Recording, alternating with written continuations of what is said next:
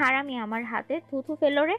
নতুন বাড়িতে ঢুকে বাড়ির কক্ষগুলো ঘুরতে ঘুরতে কেবলই একটা কক্ষের জানালার বাহিরে হাত রেখেছিল তিশা।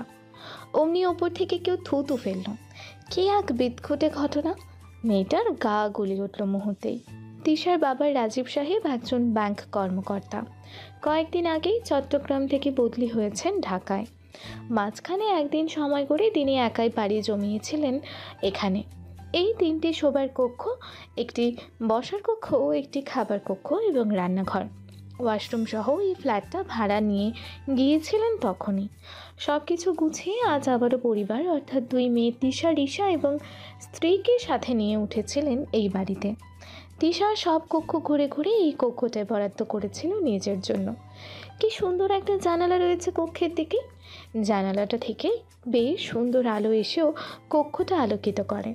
নয়তো ঢাকার উঁচু উঁচু এক বিল্ডিংয়ের বদৌলতে অন্য বিল্ডিংয়ে আলো পৌঁছায়ই না। উৎফুল্ল ভঙ্গিতে মেয়েটা একটু প্রকৃতি বিলাসে জানালার বাইরে হাত বাড়িয়েছিল। অমনি সম্মুখীন হলো এই বিশ্রী ঘটনার। তিশা আবারও বাজখাই গলায় চেঁচিয়ে উঠল। ঝাঁঝালো কণ্ঠে বলল, কোন বজ্জাত ওপর থেকে না দেখে থুথু ফেললি রে? হাতের কাছে আয় একবার, সুই সুতা দিয়ে তোর মুখ সেলাই করে দেবো বেয়াদব। এ জন্মের মতো তোর থুথু ফেলার শখ মিটিয়ে দেবো। এক নিঃশ্বাসে কথাগুলো বলে থামলো তিশা। ক্রোধে গজগজ করতে করতে কক্ষের বাইরে বেরিয়ে এলো। বাজখাই কণ্ঠে ডাক পড়ল, মা, ও মা। তিশার মা ঝুমা বেগম রাজীব সাহেবের সাথে চট্টগ্রাম থেকে আনা নিজেদের মালামালে তদারকি করছিলেন। হঠাৎ বড় মেয়ের চিল্লাচিল্লি শুনে ভ্রু কুঁচকালেন। বিরক্তি ভরা কণ্ঠে বললেন, আসতে না আসতেই ছাগলের মতো ম্যামা শুরু করেছিস কেন? তিশা দাঁতে দাঁত চাপলো, কটমট করে শুধালো, ওপর তলায় কারা থাকে? আমি কিভাবে জানবো? যেভাবে জিজ্ঞেস করছিস মনে হয় আমি যেন কত বছর ধরে এখানে থাকি। রাজীব সাহেব মেয়ের কথা শুনলেন, হাতের কাজ করতে করতেই বললেন, উপরতলায় বাড়িওয়ালারা থাকে কেন, কি হয়েছে? বাড়িওয়ালা শুনে একটু দমল তুষা। আসতে না আসতেই বাড়িওয়ালাদের সাথে ঝামেলা করতে চাইলো সে। আজ যদি বাড়িওয়ালার স্থানে এই বিদঘুটে কাজটা অন্য কেউ করতো তাহলে দেখে নিত সে। বাবার প্রশ্নের উত্তরে জবাব না দিয়ে ওয়াশরুমে ঢুকলো দিশা। এখন হাতটা ধুতে হবে ভালোভাবে। ইচ্ছে তো হাতটাই কেটে ফেলতে।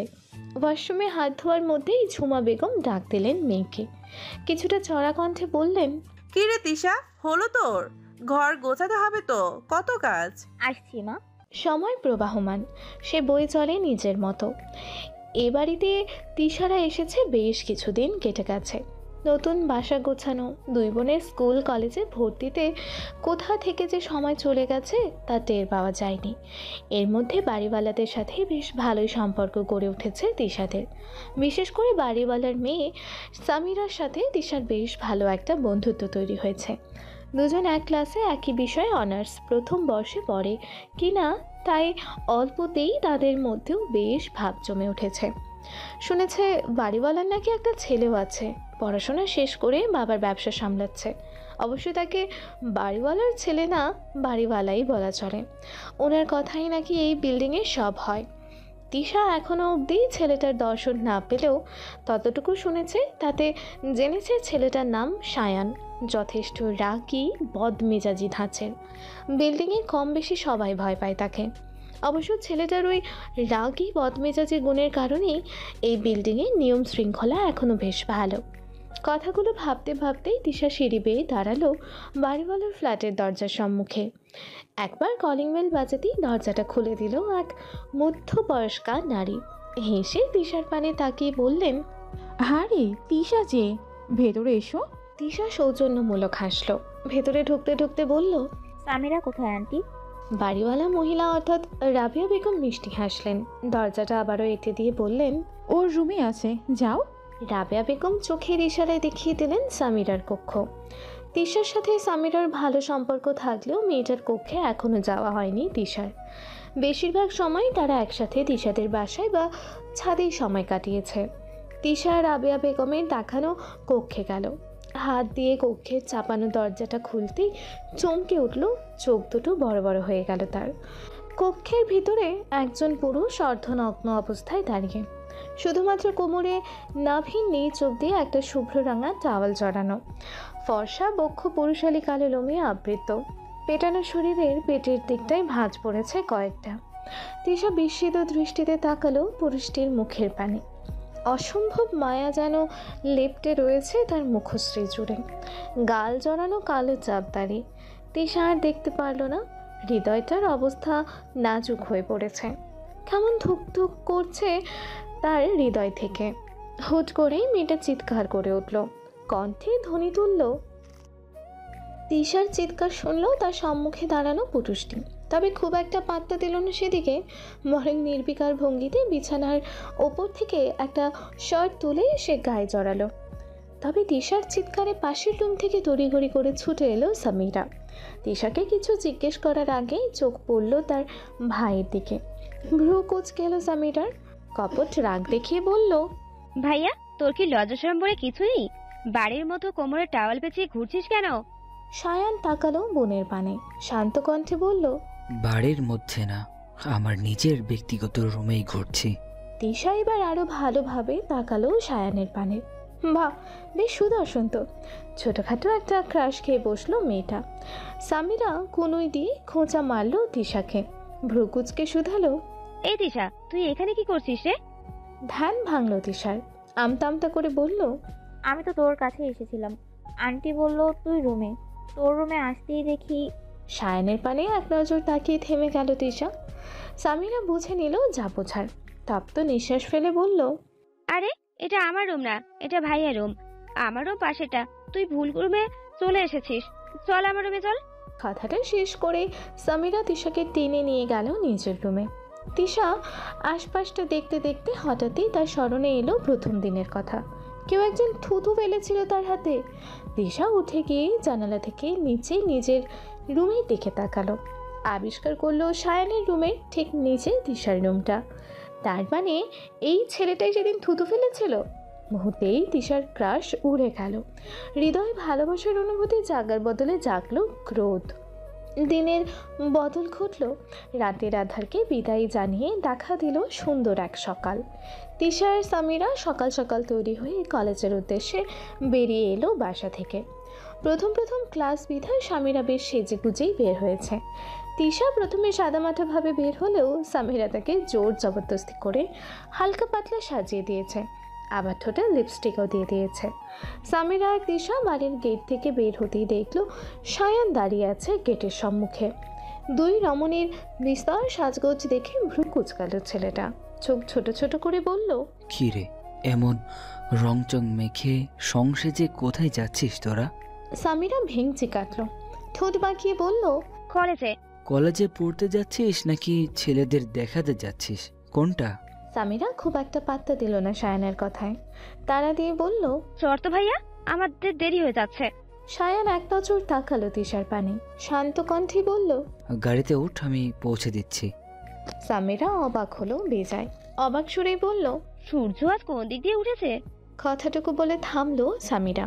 এগিয়ে গেল ভাইয়ের পানে, পা উঁচিয়ে ছেলেটার কপালে হাত দিয়ে বলল, ভাইয়া, তোর শরীর ঠিক আছে? কত বলেছি আমাকে একটু কলেজে পৌঁছে দে, কলেজে পৌঁছে দে। কখনো নিসনি, আজ নিজ থেকে বলছিস। কাহিনী কি? সায়ানের দৃষ্টি তীক্ষ্ণ হলো, থমথমে কণ্ঠে বলল, আচ্ছা, তোদের যেতে হবে না, আমি চলে যাচ্ছি। সামিরা মেকি হাসলো, ধরফরিয়ে বলল, এই না না ভাইয়া, আমি কখন বললাম আমি যাব না?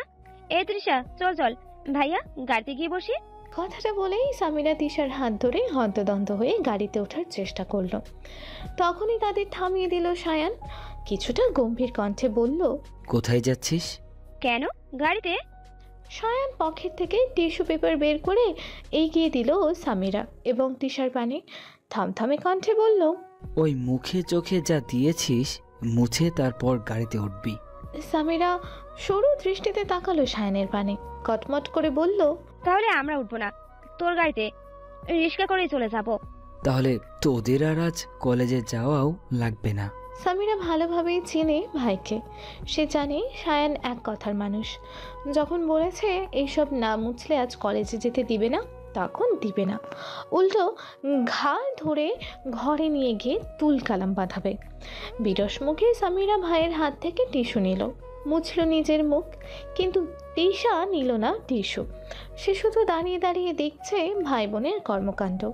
বেশ কিছুক্ষণ অতিবাহিত হলেও যখন তিশাকে টিস্যু নিতে দেখল না, তখন সায়ান কিছুটা রেগেই বলল, এই যে তোমাকে কি আবার আলাদাভাবে বার্তা দিতে হবে মুখের রংচং তুলতে? তিশা দ্বিরুক্তি করল না। এমনিও তার সেজেগুজে কলেজে যাওয়ার ইচ্ছে ছিল না খুব একটা। টিস্যু দ্বারা মুখের সাজ তুলে সামিরার সাথেই গাড়ির পেছনে সিট দখল করে বসলো তিশা। সায়ানও সময় ব্যয় না করে বসলো ড্রাইভিং সিটে। সকলের অগোচরে লুকিং গ্লাসটা ফিরিয়ে তিশার পানে। গাড়ি চালাতে চালাতে দেখলো মেয়েটার থমথমে মুখশ্রী। দুপুরের তপ্ত রৌদ্র, সূর্যটা মাথার উপরে চলে এসেছে। খড়খড়ে ভঙ্গিতে নিজের উত্তাপ ছড়াচ্ছে প্রকৃতিতে। তিশা কলেজ থেকে এসে কেবলই গোসল সরে বেরিয়েছে। হাতে ভেজা কাপড় ভর্তি বালতি নিয়ে বেরিয়ে পড়েছে ছাদের উদ্দেশ্যে। খানিক সময়ের ব্যবধানে তিশা ছাদে পৌঁছালো। হাতের বালতি থেকে কাপড়গুলো তুলে শোকাতে দিল ছাদে টানানো দড়ি জোরে। এদিকে চুলের পানিতেই মেয়েটার পিঠ ভিজে একাকার। গোসল সেরে বেরিয়ে ভালোভাবে চুল মোছা হয়নি, যার দরুন এখনও চুল বেয়ে চুইয়ে চুইয়ে পানি পড়ছে। তিশা হাত দিয়ে ছেড়ে ছেড়ে ভেজা চুল ঝাড়তে শুরু করলো। সায়ানও গোসল সেরে কেবলই উঠছিল ছাদে। হঠাৎ তিশার ঝাড়তে থাকা চুলের পানি ছিটকে পড়ল ছেলেটার চোখে মুখে। তিশা হক চকালো, আমতা করে বলল, দুঃখিত, আমি আসলে দেখিনি। সায়ানের ভেতরে ভাবান্তর দেখা গেল না কোনো। সে এক দৃষ্টিতে তাকিয়ে রয়েছে তিশার পানে। কেমন অদ্ভুত সেই দৃষ্টি! মুহূর্তেই যেন কাঁপুন ধরিয়ে দিচ্ছে মেয়েটার শরীরে। ঢোক গিলল তিশা। সায়ানের পাশ কাটিয়ে চলে যেতে নিলেই মুখ খুলল ছেলেটা। থমথমে কণ্ঠে বলল, এটা চুল ঝাড়ার স্থান নয়, নিজের ঘরে গিয়ে চুল ঝাড়ো। তিশা ভ্রু কুচকালো, কপালে ভাঁজ ফেলে বলল, আমি যতদূর জানি চুল ঝাড়তে হয় খোলা স্থানে, অথচ আপনি বলছেন ঘরে বদ্ধ স্থানে চুল ঝাড়তে। সায়ানের দৃষ্টি শীতল হলো। ঠান্ডা কণ্ঠে সে বলল, আশেপাশে ছাদের অভাব নেই, অজস্র পুরুষদের আনাগোনা সেখানে। খোলা স্থানে চুল ঝেড়ে যে পুরুষদের দৃষ্টি আকর্ষণ করতে চাইছো নাকি? তিশা অপমানিত বোধ করলো। তবে ছেলেটা একদম ভুল কিছু বলেনি। সত্যিই আশেপাশে অনেক ছাদ রয়েছে, তাতে যুবক পৌরুদের আনাগোনাও রয়েছে বেশ। তাই অযথা সায়নের সাথে আর তর্কে জড়ালো না মেয়েটা। কোনোরূপ বাক্য বিনিময় ব্যতীতই প্রস্থান ঘটালো ওই স্থান থেকে। রাত গভীর, চারিদিক নীরব নিস্তব্ধময় ঘেরা। আশেপাশে জনমানবের সারা শব্দ নেই কোনো। হয়তো ঘুমিয়ে পড়েছে সবাই, তবে তিশার জেগে আছে এখনো। তাকিয়ে রয়েছে জানালার পানে। মেয়েটার জানালার পাশে সগৌরবে দাঁড়িয়ে রয়েছে এক বকুল গাছ। বকুল ফুলের সমারোহে ভরে গেছে পুরো গাছটা। মনে হচ্ছে যেন এই আধার রাতে বকুল গাছটা জুড়ে ছোট্ট ছোট্ট তারার মেলে নেমেছে। কি মিষ্টি গন্ধ সেই ফুলের! তিশা জানালা থেকে হাত বাড়িয়ে দু একটা বকুল স্পর্শ করার চেষ্টা চালালো। তবে তারা যে মেয়েটার ধরা ছোঁয়ার বাইরে। আরও বেশ কিছুক্ষণ বকুল ফুল ধরার চেষ্টা চালিয়ে শেষে আশা ছেড়ে দিল। মুখ ফুলিয়ে শুয়ে পড়ল বিছানায়। ভোরের আলো ফুটেছে। আকাশে সূর্যটা বেশ তেজদীপ্ত হয়ে উঠেছে ইতিমধ্যে। তিশা প্রতিদিনের ন্যায় কলেজের জন্য তৈরি হয়ে বেরোলো কক্ষের বাইরে। ঘরের মূল দরজা খুলে বাইরে বেরোতেই চমকে উঠল মেয়েটা। বেশ বড়সড় একটা বস্তা রাখা তাদের ঘরের সম্মুখে। আবার বস্তার উপরে একটা কাগজ চিপকানো, সেখানে লেখা, শুধু তোমার জন্য। তিশার ভ্রু কুঁচকে এলো। এটা এখানে কে রেখেছে? যেহেতু তাদের দরজার সম্মুখে রাখা, তার মানে এটা তাদেরই। তিশা আশেপাশে তাকালো, কাউকেই দেখা যাচ্ছে না। মেয়েটা ভিতরে ভিতরে কৌতূহল অনুভব করলো। উৎসুক ভঙ্গিতে খুললো বস্তাটা। ভিতরের দিকে তাকাতেই চোখ যেন কপালে উঠল মেয়েটার। এত বকুল ফুল! এক বস্তা! এত বকুল ফুল কে রেখেছে এখানে? আর তার যে ভীষণ বকুল ফুল ছুঁয়ে দিতে ইচ্ছে হচ্ছিল, তাও বা বুঝলো কিভাবে? তিশার হঠাৎ খেয়ালে এলো বকুল গাছটার কথা। এখানে এত বকুল ফুল, তাহলে গাছের ফুলের কি অবস্থা? তিশা দৌড়ে গেল নিজের কক্ষে। জানালা গলিয়ে বাইরে তাকাতেই মাথায় আকাশ ভেঙে পড়ল। এ কি, বকুল ফুলের গাছ ফাঁকা, একটা ফুলও নেই গাছে। কোন বদমাইশ এই কাজ করলো? কে বলেছিল গাছ থেকে ফুল ছুঁড়ে বস্তা ভরে তার বাসায় পাঠাতে? গাছেই তো সুন্দর ছিল ফুলগুলো, কি সুন্দর মিষ্টি ঘ্রাণে ভরিয়ে দিত তার কক্ষ। এখন আর সেই মিষ্টি ঘ্রাণ আসবে না ভাবতেই হাত পা ছাড়িয়ে কাঁদতে ইচ্ছে হচ্ছে মেয়েটার। তিশার কান্নাকাটির মধ্যেই তাকে বাহির থেকে ডাক পড়ল সামিরা। কণ্ঠ উঁচিয়ে বলল, তিশা, কই তুই? কলেজে যাবি না? ধ্যান ভাঙল তিশার। সে তো ভুলেই বসেছিল কলেজের কথা। ঘর থেকে দ্রুত বেরিয়ে এলো মেয়েটা। বাংলার পাঁচের মতো মুখ করে সামিরার সাথে নেমে এলো নিচে। সায়ান আজও গাড়ি নিয়ে দাঁড়িয়ে আছে তাদের অপেক্ষায়। তিশা আর সামিরাকে আস্তে আস্তে দেখেই বলল, গাড়িতে ওঠ, আমি পৌঁছে দিচ্ছি। সামিরা এবং তিশা দ্বিরুক্তি করল না, গাড়িতে উঠে বসলো দুজনেই। সায়ানও গাড়িতে উঠেই স্টার্ট দিয়ে দিল, তবে সব কেমন চুপচাপ। তিশা থমথমে মুখশ্রী নিয়ে বসে আছে। সামিরা সেদিকে তাকে ভ্রু কুচকাল, এতক্ষণে শুধালো, এই তিশা, তোর কি মন খারাপ নাকি? তিশা তেতে উঠল সাথে সাথে। এতক্ষণে মনের কোণে মিশে থাকা সকল ক্ষোভ নিয়ে বলল, মন খারাপ হবে না তো কি হবে বলতো? আমার জানালার পাশে একটা বকুল গাছ আছে। ওই গাছটায় কত সুন্দর বকুল ফুল ছিল। রোজ বকুল ফুলের মিষ্টি ঘ্রাণে আমার রুমটা ভেসে যেত। এই কয়েকদিন যেন আমি ওই বকুল ফুলের প্রেমে পড়ে গিয়েছিলাম। ঘরের ধারের বকুল গাছটার কথা সামিরাও জানে, কিন্তু সেই গাছে আবার কি হলো? সামিরা আগ্রহী কণ্ঠে প্রশ্ন করলো। তারপর? তিশা দাঁতে দাঁত চাপলো, কটমট করে বলল, কোন হারামজাদা বজ্জাত বদমাইশ যেন গাছটার সব বকুল ফুল ছিঁড়ে আবার আমার ঘরের সামনেই বস্তা ভরে রেখে গেছে। তিশার কথা শেষ হতে না হতেই খুক খুক করে কেসে উঠল সায়ান। তিশা তবুও থামল না, কণ্ঠে ক্রোধ নিয়েই বলল, ওই বজ্জাতটাকে যদি একবার হাতের কাছে পাই না, পিটিয়ে ওর হাড্ডি ভেঙে দিতাম। সায়ান গাড়ির ব্রেক কষল হঠাৎ। হকচকে উঠল তিশা, এবার সামিরা, দুজনেই। আকস্মিক ব্রেক কষায় দুজনেই ঝুঁকে গিয়েছিল সম্মুখের দিকে। কোনো রকমে পড়তে পড়তে নিজেদের বাঁচিয়ে নিয়েছে মেয়ে দুটো। সামিরা কিছুটা ক্ষিপ্ত কণ্ঠে বলল, কি হলো ভাইয়া, এভাবে ব্রেক কষলি কেন? সায়ান থমথমে কণ্ঠে জবাব দিল, তোদের কলেজ চলে এসেছে, নাম এখন। তিশা এবং সামিরা আশেপাশে তাকালো। সত্যি তো, কলেজ চলে এসেছে তাদের। গল্পে এতটাই মুশকুল ছিল যে খেয়ালই করেনি। মেয়ে দুটো দ্রুত গাড়ি থেকে নেমে দাঁড়ালো। সায়ানকে বিদায় জানিয়ে কলেজে ঢুকবে তার আগেই সায়ান গাড়িটা নিয়ে শয় শয় গতিতে চলে গেল সম্মুখপানে। অবাক হলো দুই রমণী, এর আবার হঠাৎ কি হলো? তাদেরকে পাত্তা দিল না নাকি তাদের উপরে রাগ দেখালো? দিনের পরেই রাত আর রাতের পরেই দিন, এই তো পৃথিবীর চিরচেনা নিয়ম। রাতের আধার কেটে প্রতিদিনের ন্যায় এক উজ্জ্বল সূর্যটা স্থান করে নিয়েছে আকাশে। তিশা গতকালের ন্যায় আজও একদম তৈরি হয়ে বেরিয়েছে কলেজে যাওয়ার উদ্দেশ্যে। দরজাটা খুলে বাইরে বেরোতেই সে দেখলো দরজার হাতলে একটা ব্যাগ ঝুলছে। কপালে ভাঁজ পড়ল মেয়েটার। কাল ছিল বস্তা, আজ ব্যাগ। এই ব্যাগে আবার কি আছে? তিশা ব্যাগটা হাতে নিল। ব্যাগ খুলে ভেতর থেকে বের করে আনলো কিছু টকটকে লাল গোলাপ আর একটা ছোট্ট চিরকুট। চিরকুটে কালো কালি দিয়ে গোটা গোটা অক্ষরে লেখা, দুঃখিত প্রিয়তমা। তিশা সজাগ দৃষ্টিতে তাকালো চারপাশে। দরজার সম্মুখে রোজ রোজ তার জন্য ফুল কে রেখে যায়? তিশা যতদূর জানে বাহিরের লোক এই বিল্ডিংয়ে যখন তখন চলে আসতে পারে না। তাহলে এই লোক কি এই বিল্ডিংয়ে এরই কেউ? কে হতে পারে সে? তিশার ভাবনার মাঝে ওপর থেকে নিচে নামলো সামিরা আর সায়ান। সামিরা উৎফুল্ল ভঙ্গিতে এগিয়ে এলো তিশার পানে, হাত থেকে গোলাপগুলো টেনে নিয়ে হৈ হৈ করে বলল, এগুলো আবার কে দিল? তিশা আনমনে জবাব দিল, কে জানে। সামিরা মুখ বাঁকালো, রসে রসে বলল, দেখ, এ আবার তোর নতুন কোন পাগল আসি? সায়ানের দৃষ্টি তীক্ষ্ণ হলো, থমথমে কণ্ঠে এসে প্রশ্ন করলো, নতুন মানে? আর কত আছে? কলেজে তিশার পিছনে এমন অনেকে আছে। সায়ানের দৃষ্টি বদলালো, দৃষ্টিতে তীক্ষ্ণতার সাথে ক্রোধের দেখা মিলল।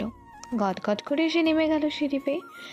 যাওয়ার আগে অবশ্য প্রচণ্ড আক্রোশ নিয়ে বলে গেল, কলেজে গেলে তাড়াতাড়ি আয়, নয়তো এখানেই দাঁড়িয়ে থাক। সামিরা আর তিশা দুজনেই ভড়কে গেল। এর আবার হঠাৎ কি হলো? কালও হুট করে তাদের পাত্তা না দিয়ে চলে গেল, আজও। আচ্ছা, তারা কি মাত্র রাগের কিছু বলল যে সায়ান রাগ করলো? দুপুর গড়িয়ে বিকালের দেখা মিলেছে। সূর্যটাও তার তেজ কমিয়ে দিয়েছে অনেকাংশে। তিশা কলেজ থেকে ফিরে ঘরেই বসেছিল, কিন্তু ঘরেও বা আর কতক্ষণ বসে থাকা যায়? মেয়েটা ঘর থেকে বেরোলো ছাদের উদ্দেশ্যে। এক সিঁড়ি রেখে অন্য সিঁড়িতে পা দিয়ে লাফিয়ে লাফিয়ে উঠতে শুরু করলো নিজ খেয়ালে। আর এখানেই বাঁধল বিপত্তি। এক সিঁড়ি রেখে অন্য সিঁড়িতে পা দিতে গিয়ে হঠাৎ করেই স্লিপ কেটে পড়ে যেতে নিল নিচে। মুহূর্তেই হকচকে উঠল মেয়েটা। ভয়ে হৃদযন্ত্রটা লাফিয়ে উঠল খুব করে। এখান থেকে পড়লে নির্ঘাত হাত পা ভেঙে হাসপাতালের বিছানায় শুতে হবে। চোখ মুখ খিঁচে বন্ধ করে নিল তিশা, কিন্তু বেশ কিছুক্ষণ যেতেও সে পড়ল না। কোনো ব্যথা অনুভব না করলো। মনে হলো যেন শূন্যে ভেসে আছে সে। তিশা পিট পিট করে নিজের চোখ দুটো খুলল। চোখের সম্মুখে দৃশ্যমান হলো সায়ান। এক হাতে কোমর জড়িয়ে দাঁড়িয়ে রয়েছে তার। সায়ানের স্পর্শে কাঁটা দিয়ে উঠল তিশার শরীরে। হন্তদন্ত হয়ে মেয়েটা সরে যেতে চাইলেও সায়ান যেতে দিল না। হুট করেই কোলে তুলে নিল তিশাকে। হক চকালো মেয়েটা চকিত কণ্ঠে বলল, এ কি, আপনি আমাকে ধরলেন কেন? আর কোলে তুলেই বা নিলেন কেন? সায়ান তিশাকে কোলে নিয়ে ছাদের দিকে উঠতে শুরু করলো। নির্বিকার ভঙ্গিতে বলল, তোমাকে যদি না ধরতাম তবে এতক্ষণে এখান থেকে পড়ে হাত পা ভেঙে হাসপাতালের বিছানায় শুয়ে থাকতে হতো। তিশা ভ্রু কুচকালো, কপালে ভাঁজ ফেলে শুধালো, আচ্ছা ধরেছেন ঠিক আছে, তাতে কোলে তুলে নিতে হবে কেন? তিশার কথাটা শেষ হতে না হতেই সায়ান ঠাস করে কোল থেকে মেয়েটাকে ফেলে দিল সিঁড়ির উপরে। মুখ বাঁকিয়ে বলল, এর জন্যই মানুষ বলে কারো উপকার করতে নেই। সিঁড়িতে পড়েই ব্যথায় কুঁকড়ে উঠল তিশা। চেঁচিয়ে বলল, থামলো তিশা। নিজের কোমর চেপে অগ্নিদৃষ্টিতে সায়ানের পানে তাকালো। দাঁতে দাঁত চেপে বলল, আপনি আমাকে ফেলে দিলেন কেন? আপনি কি মানুষ? সায়ান চোখে মুখে নিরীহ ভাব ফুটিয়ে তুলল। শান্ত কণ্ঠে বলল, যাক বাবা, আমি আবার কি করলাম? একটু আগেই তো তোমাকে কোলে তুলে নিলাম বলে কত কি বললে। তাই বলে এভাবে ফেলে দিবেন? সায়ান আর তিশার কথার পৃষ্ঠে উত্তর দিল না কোনো। তিশা উত্তরের আশা করল না। কোনো মতে নিজের কোমর চেপে উঠে দাঁড়ালো। সাথে সাথে সায়ান আবারও চট করে কোলে তুলে নিল মেয়েটাকে। চমকালো তিশা। এই মাত্র না লোকটা তাকে কোল থেকে ফেলে দিল, আবার কোলে নিয়েছে কেন? আবার ফেলে দিতে নাকি? ঢোক গিলল মেয়েটা। তাড়াহুড়ো করে বলল, কি করছেন কি? আবার কোলে নিয়েছেন কেন? নিচে নামান আমাকে। সায়ন নষ্ট পাখালো। ভাবলেশীন ভাবে বলল, পড়ে গিয়েছো বলে খুলে নিয়েছি, অন্য কিছু নয়। নাকি তুমি অন্য কিছু ভাবছো? থামলো সায়ান। আবারও বলল, ভয় নেই, তোমার মতো বাচ্চা মেয়ের প্রতি কোনো ইন্টারেস্ট নেই আমার। তিশা হতবাক হলো। সে কখন বলল যে সায়ানের তার প্রতি ইন্টারেস্ট আছে? সে তো শুধুমাত্র কোলে তুলে নেওয়া নিয়ে বলেছে। আবার কি বলল? তিশা বাচ্চা? অনার্সে পড়ুয়া একটা মেয়েকে এই লোক এইভাবে বাচ্চা বলে দিল। তিশা মুখ ফুলালো, থমথমে কণ্ঠে বলল, আমি মোটেই বাচ্চা নই। সায়ান তিশাকে কোলে নিয়ে সিঁড়ির ধাপগুলো অতিক্রম করতে করতে বলল, তার মানে তুমি চাইছো যে তোমার প্রতি আমার ইন্টারেস্ট জন্মাক? তিশা ভরকে গেল। এই কথা আবার সে কখন বলল?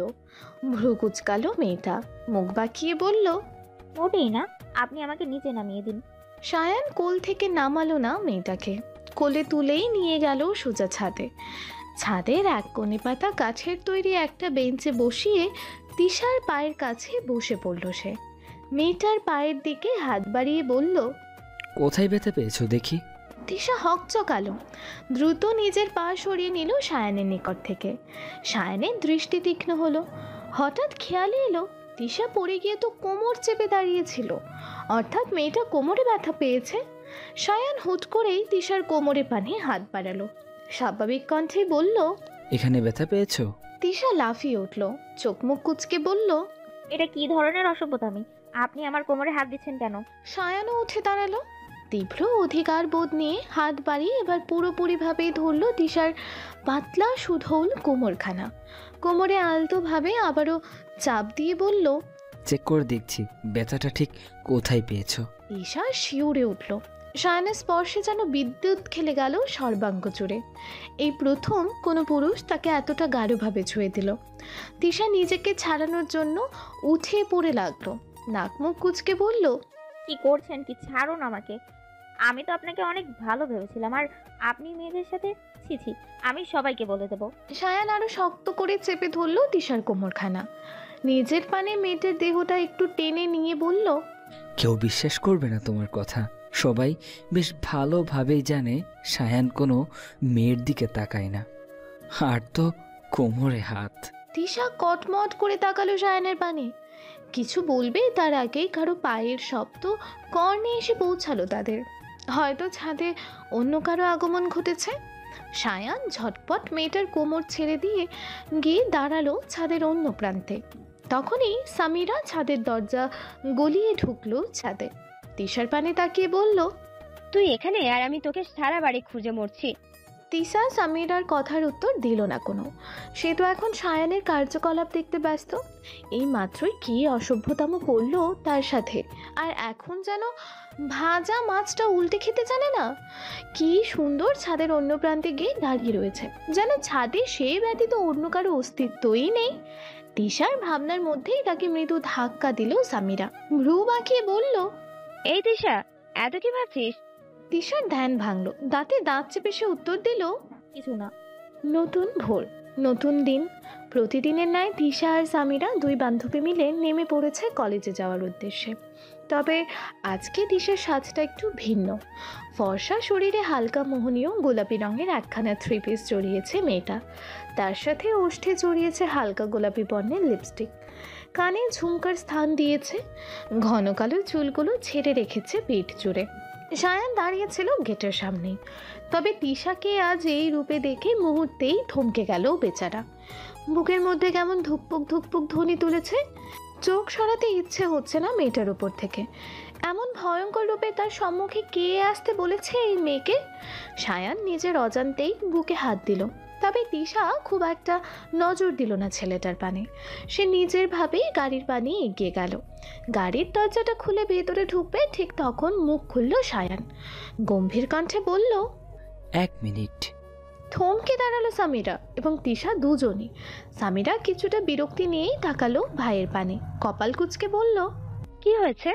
সায়ান পাত্তা দিল না সামিরাকে। তার দৃষ্টি এখনো দিশাতেই নিবদ্ধ। তবে চোখে মুখে মুগ্ধতার স্থানে এখন জায়গা করে নিয়েছে কিছুটা গাম্ভীর্য ভাব। সায়ান থমথমে কণ্ঠে দিশাকে বলল, তুমি চুল খোলা দিয়েছো কেন? চুল বেঁধে এসো দ্রুত। দিশা ভ্রু কুঁচকালো। কপালে ভাঁজ ফেলে প্রশ্ন করলো, কেন? আবার কেন কি? আমি বলছি তাই। দিশা মুখ বাঁকালো, ভেঙচি কেটে বলল, আপনার কথা আমি শুনতে যাব কেন? আপনি কে? সায়ান হুট করে রেগে গেল। চোখ দুটো কেমন লাল আভায় আবেশিত হয়ে পড়ল। সায়ান তীক্ষ্ণ দৃষ্টিতে তাকালো দিশার পানে। কণ্ঠে ক্রোধ নিয়ে বলল, আমার কথা শুনবে না? সামিরা ঢোক গিলল ভাইয়ের চোখের পানে তাকিয়ে। সে নিজের ভাইয়ের ক্রোধ সম্পর্কে খুব ভালোভাবেই অবগত। তার ভাইয়ের হুটহাট রেগে যাওয়া এবং তারপর হুরুস্থুল বাঁধানোর অভ্যাস আছে ছোটবেলা থেকে। সামিরা একটু গা ঘেঁষে দাঁড়ালো তিশার পানে। কণ্ঠ খাদে নামিয়ে বলল, দিশা, ভাইয়া খুব রেগে গেছে। চোখের দিকে তাকিয়ে দেখ ওর। প্লিজ চুলটা বেঁধে আয়, না হয় ভাইয়া অনেক ঝামেলা করতে পারে। তিশা পাত্তা দিল না সামিরার কথায়। নির্লিপ্ত কণ্ঠে বলল, তাতে আমার কি? আমি তোর ভাইয়ের কথা শুনতে যাব কেন? কোন দেশের প্রধানমন্ত্রী উনি? তুই ভাইয়াকে চিনিস না দিশা। প্লিজ দা, চুলটা বেঁধে আয়। আমি তোর পায়ে পড়ি, ঝামেলা করিস না বোন। তিশা বিরক্ত হলো। কপাল কুঁচকে তাকালো সামিরার পানে, তবে বলল না কিছুই। ইচ্ছে না থাকতেও ঘরে গিয়ে চুল বেঁধে এসে আবারও বসলো গাড়িতে। মেয়েটা গাড়িতে বসতে না বসতেই সায়ান গম্ভীর কণ্ঠে ডাকলো, তিশা।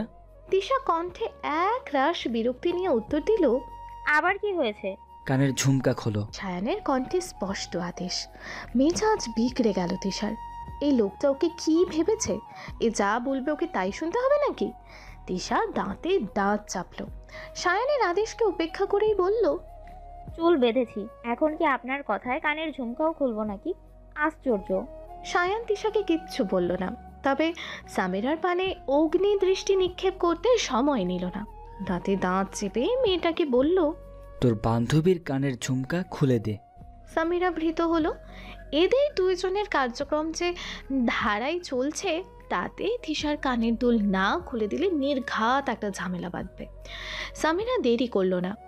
এক প্রকার জোর করেই খুলে নিল তিশার কানের ঝুমকা।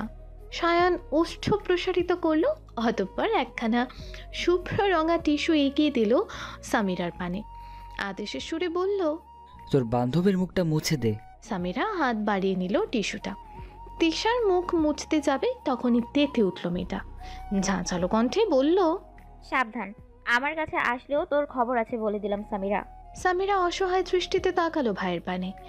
এই দুইজনের মাঝে সে পড়েছে মহা ফ্যাসাদে। একজন রেগে যাবে মুখ মুছিয়ে না দিলে, আর একজন রেগে যাবে মুখ মুছিয়ে দিলে। সামিরা আমতা আমতা করলো, ঢোক গিলে বলল, থাক না, ওর মুখ মোছা না মোছা কি আসে যায়, থাকুক না ও এভাবে। সায়ান তীক্ষ্ণ দৃষ্টিতে তাকালো সামিরার পানে, অগ্নিকণ্ঠে বলল, তুই যদি এখন তোর বান্ধবীর মুখটা না মুছিস তো তোর আজ আমি কি হাল করব ভাবতেও পারবি না সামিরা। সামিরা ভয় পেল। হাত বাড়িয়ে জোর জবরদস্তি করে সে মুছে দিল তিশার মুখখানা।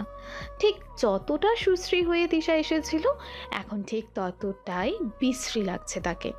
সামিরার সাথে ধস্তাধস্তিতে চুল এলোমেলো হয়ে গেছে মেয়েটার, কান খালি, ওষ্ঠ খালি, কেমন বিধবা বিধবা লাগছে মেয়েটাকে। তিশার কান্না পেল। এই লোকটা তার সাথে এমন কেন করছে, কি চায় সে? তিশা কণ্ঠে ক্ষোভ নিয়েই বলল, কলেজেই যাব না আমি আজ। কথাটা বলেই গাড়ির দরজার হাত দিল সে। কিন্তু এই কি, গাড়ির দরজা খুলছে না কেন? এখানেও নিশ্চয়ই এই বদলোকের হাত আছে কোনো। তিশা রেগে মেগে তাকালো সায়ানের পানে, কটমট করে প্রশ্ন করলো, আপনি গাড়ির দরজা লক করেছেন? সায়ান নির্লিপ্ত ভঙ্গিতে জবাব দিল, হ্যাঁ। দরজা খুলে দিন তাড়াতাড়ি, আমি আজ কলেজে যাব না। সায়ান মুখ বাঁকালো। তিশার কথাকে উপেক্ষা করে সে গাড়িতে স্টার্ট দিল। মুহূর্তেই সাঁই সাঁই করে গাড়িটা ছুটে চলল রাস্তা ধরে। তিশা চেঁচিয়ে উঠল, কণ্ঠ বাড়িয়ে বলল, কি সমস্যা? আমার কথা কি আপনার কানে যায়নি?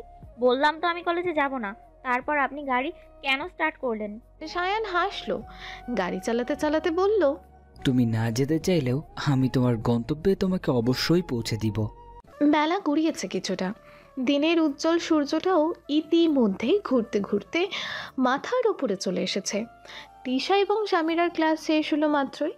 মেয়ে দুটো ক্লাস থেকে বেরিয়ে গেটের নিকট আসতেই হঠাৎ পেছন থেকে ডাক শুনলো কারো। থমকে দাঁড়ালো দুজনেই। পেছনে ঘুরে আবিষ্কার করলো তাদের ক্লাসেরই একটি ছেলেকে। ছেলেটা দৌড়ে এলো, তিশার পানে একটা কলম বাড়িয়ে বলল, এটা বোধ হয় তোমার ক্লাসে ফেলে এসেছিলে। তৃষা সৌজন্যসূচক হাসল, হাত বাড়িয়ে কলমটা নিতে নিতে বলল, তিশা এবং ছেলেটার কথোপকথনের মধ্যে সেখানে এসে উপস্থিত হলো সায়ান। কলেজ থেকে নিজের বোন আর তিশাকে নিতে এসেছিল বেচারা, কিন্তু এখানে এসে নিজের প্রিয় নারীকে এভাবে অন্য পুরুষের সাথে হেসে হেসে কথা বলতে দেখে চোখ জ্বলে উঠল সায়ানের। হৃদয়ে অদ্ভুত এক জ্বলন্ত আগুনের দহন অনুভব করলো সে। হাত দুটো মুষ্টিবদ্ধ করলো গম্ভীর ক্রোধে। ধেয়ে গিয়ে দাঁড়ালো তিশা এবং সামিরার নিকটে। চরম গাম্ভীর্যপূর্ণ কণ্ঠে বলল, কলেজে এসেছিস ছেলেদের সাথে হাহাহিহি করতে নাকি পড়তে, কোনটা? আকস্মিক সায়ানের কণ্ঠস্বরে চমকালো তিশা এবং সামিরা। পাশ ফিরে তাকাতেই ভ্রু কুঁচকে এলো তিশার। বিরক্তিতে চোখ মুখ ছেয়ে গেল তার। এই লোক কি বলল তাদের? তারা ছেলেদের সাথে হাহাহিহি করে? সকালে কলেজে পৌঁছে দেওয়ার সময় কেমন পাষাণের ন্যায় ব্যবহার করলো তার সাথে, এখন আবার এইসব কথা? সায়ানের প্রতি ক্রোধ জন্মালো তিশার।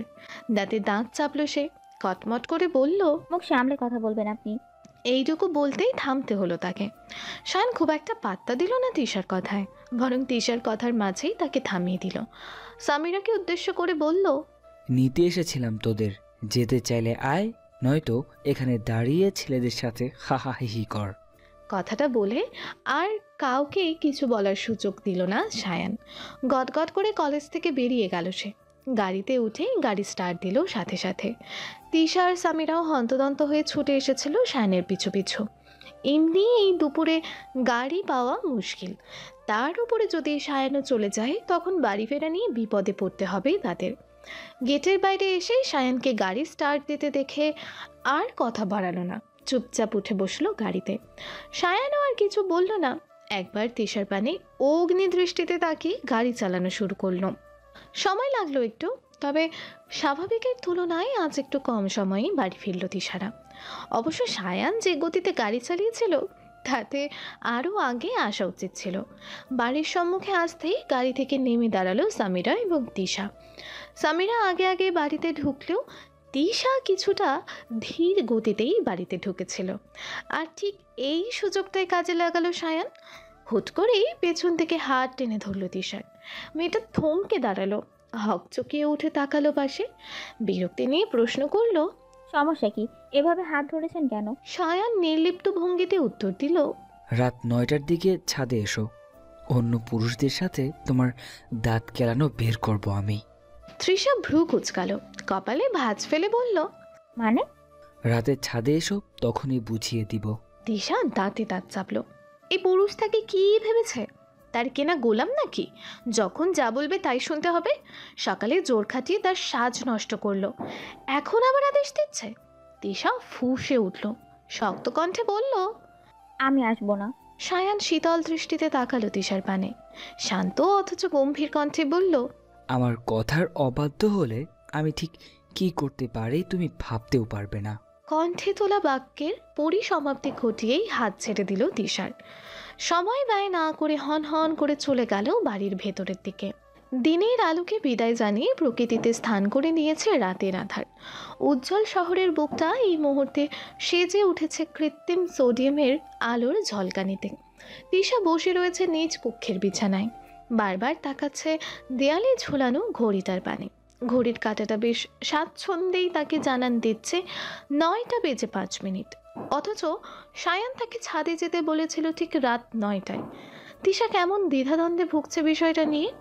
মনটা একবার বলছে যাওয়ার দরকার নেই, সায়ান বললেই তাকে সেই কাজ করতে হবে নাকি, আবার অন্যবার বলছে তার ছাদে যাওয়া উচিত, অন্তত সায়ান তাকে কী বলতে চায় তা জানার জন্য হলেও যাওয়া উচিত। তিশা মনে মনে কৌতূহল অনুভব করলো, কি এমন কাজের জন্য সায়ান তাকে এই রাতে ছাদে রেখেছে? যদি তেমন কিছু বলার হতো তবে তো দুপুরেও বলে দিতে পারত। তিশার মনে ভয় হলো, এই রাতে ছাদে নিয়ে যদি ছেলেটা তার সাথে উল্টো পাল্টা কিছু করার চেষ্টা করে তখন কি করবে সে? সাথে সাথেই মেয়েটার মন শক্ত হয়ে উঠল। মনে মনে পরিকল্পনা করলো, যদি তেমন কিছুই হয় তবে সে চিৎকার করবে। আশেপাশে আরও বিল্ডিং আছে, ছাদ আছে, নিশ্চয়ই তার চিৎকার কেউ না কেউ শুনতে পাবে এবং ছুটে আসবে তাকে বাঁচাতে। এই সুযোগে সায়ানের মুখোশটাও সকলের নিকট উন্মোচিত হবে। সব সময় সকলের সম্মুখে আদর্শ হয়ে ঘোরা আর তার নিকট আসলেই অসভ্যতা শুরু। এবার তিশাও তাকে উচিত শিক্ষা দিবে, ছাড়বে। বিছানা ছেড়ে উঠে দাঁড়ালো তিশা। বিছানার কোনায় এতক্ষণ অবহেলা অনাদরে পড়ে থাকা ওড়নাটা তুলে ভালোভাবে গলায় পেঁচিয়ে নিয়ে বেরিয়ে এলো নিজের কক্ষ থেকে। কিন্তু ঘরের বাইরে বেরোতেই তার সব পরিকল্পনায় এক বালতি পানি ঢেলে সম্মুখে পড়ল সামিরা। মেয়েটা বোধ হয় তাদের বাসাতেই আসছিল। তিশাকে ঘরের বাইরে বেরোতে দেখেই সামিরা ভ্রু কুঁচকাল, কপালে ভাঁজ ফেলে প্রশ্ন করল, আমি তোর কাছে আসলাম, আর তুই কোথায় যাচ্ছিস? তিশা আমতা আমতা করলো, ইতস্তত স্বরে বলল, আসলে বাসায় ভালো লাগছিল না, তাই ছাদে যাচ্ছিলাম একটু। সামিরা খুশি হলো, কিছুটা উৎফুল্ল কণ্ঠে বলল, আমারও বাসায় ভালো লাগছিল না একটুও, তাই তোর কাছে এসেছিলাম। এখন তুই যখন ছাদে যাচ্ছিস, চল আমিও তোর সাথে যাবো। তিশা কিছুটা অপ্রস্তুত হলো। এখন সে কি বলবে সামিরাকে? সে কি বলে দেবে সায়ন তাকে ডেকেছে তাই সে ছাদে যাচ্ছে? কিন্তু এত রাতে একজন পুরুষ মানুষ কেন একটা মেয়েকে ডাকলো? বিষয়টা নিশ্চয়ই সামিরা ভালোভাবে নেবে না, উল্টোপাল্টা ভাববে তাকে নিয়ে। তার থেকে থাক, কিচ্ছু বলার দরকার নেই। সাথে যখন যেতে চাইছি নিয়ে যাওয়া যাক। সায়নেরই তো বোন সামিরা, বোনের সম্মুখে কথা বলতে হয়তো কোনো সমস্যা হবে না ছেলেটার। তিশার বেশি ভাবলো না, সামিরাকে সাথে নিয়েই পা বাড়ালো ছাদের পানে। সময় লাগলো না খুব বেশি, মিনিট 4-5 মধ্যেই ছাদে পৌঁছালো তিশা আর সামিরা। ছাদের দরজা খুলে ভেতরে প্রবেশ করতেই দেখা মিলল সায়ানের। ছেলেটা আগে থেকেই এখানে বসেছিল। দরজা খোলার শব্দ পেয়ে চোখ তুলে তাকালো সায়ন। এমনি দুপুর থেকে মেজাজ বিগড়েছিল, এখন আবার তিশার সাথে সামিরাকে দেখে মেজাজ যতটুকু ঠিক ছিল তাও বিগড়ে গেল। একে তো তিশাকে সে ডেকেছিল 9টায়, সেখানে মেয়েটা এসে পৌঁছালো 9টা 10 তার উপর সাথে আবার লক্ষ্মীও নিয়ে এসেছে। এই লক্ষ্মী তার হাত থেকে বাঁচিয়ে নেবে তিশাকে? জোয়াল শক্ত হয়ে এলো সায়নের, দাঁতে দাঁত চেপে বলল, সামিরা, তোকে মা ডাকছে। সামিরা কান খাড়া করলো, শোনার চেষ্টা করলো তাকে তার মা ডেকেছে কিনা। না, তার কর্ণে তেমন কোনো আওয়াজ তো পৌঁছাচ্ছে না। সামিরা ভ্রু বাঁকালো, সন্দিহান কণ্ঠে বলল, কই, আমি তো শুনি না। সায়ান তাকালো সামিরার পানে, নিজেকে যতটা সম্ভব স্বাভাবিক করে বলল, আমি তো শুনলাম তুই হয়তো তিশার সাথে গল্পে মশগুল ছিলি, তাই শুনিসনি। নিচে গিয়ে দেখতে সমস্যা কি? পরে কিন্তু মা আবার চিল্লাচিল্লি শুরু করবে তোর ওপর। আসলে সিঁড়ি থেকে ওঠার সময় সামিরা তিশার সাথে গল্পে মশগুল ছিল, তাই হয়তো শোনেনি। সামিরা দেরি করলো না, তিশাকে পানে তাকিয়েই বলল, তুই থাক, আমি নিচ থেকে মায়ের থেকে কথা শুনে আসছি। কথাটা বলেই সামিরা বেরিয়ে গেল ছাদ থেকে। তিশা আর চোখে তাকালো সায়ানের পানে। ছাদেই জ্বালানো কৃত্রিম আলোয় সায়ানের চোখ মুখ ক্রোধ স্পষ্ট। ঢোক গিলল তিশা, আমতা আমতা করে বলল, সামিরা চলে গেল, আমিও যাই তাহলে। তিশা পেছনে ঘুরল, সম্মুখ পানে এক পা বাড়াতেই তার হাত চেপে ধরল সায়ান। পরপর ঝড়ের গতিতে পুরো মেয়েটাকেই চেপে ধরল ছাদে অবস্থিত চিলে কোঠার দেয়ালে। তিশা চমকে উঠল মুহূর্তেই, তাড়াহুড়ো করে বলল, কি করছেন এসব? আমার থেকে দূরে যান। সায়ান দাঁতে দাঁত চাপল, হিস হিসিয়ে বলল, আমি তোমাকে সাথে করে সামিরাকে নিয়ে আসতে বলেছিলাম। তিশা বুঝলো ছেলেটা রেগে গেছে অসম্ভব। ভীত হলো মেয়েটা, ফাঁকা ঢোক গিলে বলল, সামিরা আসতে চেয়েছিল। আমাদের মধ্যে কেউ আসতে চাইলেই নিয়ে আসবে তুমি? আপনারই তো বোন, আনলে সমস্যা কি? সায়ানের ক্রোধ বাড়ল। তিশার হাতটা আরো জোরে চেপে ধরে বলল, আমার বোন, কিন্তু আমি তো আনতে বলিনি। তারপরও এনেছ কেন? তিশা হাতে ব্যথা অনুভব করলো, কাঁকিয়ে উঠে বলল, হাত ছাড়ুন, লাগছে আমার। সায়ান ক্রোধে দিশে আড়া হলো, খটমট করে বলল, ওহ, এখন আমি ধরেছি বলে লাগছে? আর তখন ওই ছেলেটার সাথে হেসে হেসে কথা বলার সময় তো খুব ভালো লাগছিল, তাই না? তিশা বেশ বিরক্ত নিয়ে তাকালো সায়ানের পানে। সেই দুপুর থেকে ছেলে ছেলে করে হেদিয়ে মরছে এই ব্যাটা, কিন্তু এই ছেলেটা কে? তিশা কপাল কুঁচকে প্রশ্ন করলো, কোন ছেলে? আর কখন হেসে হেসে কথা বলেছি? এখন কিছু জানো না, তাই না? কথাটা বলে থামলো সায়ান, আর একটু এগিয়ে গেল তিশার পানে, নিজের মুখটা একদম তিশার মুখের কাছাকাছি নিয়ে বলল, তোমার সাহস কি করে হলো অন্য ছেলের সাথে হেসে হেসে কথা বলার?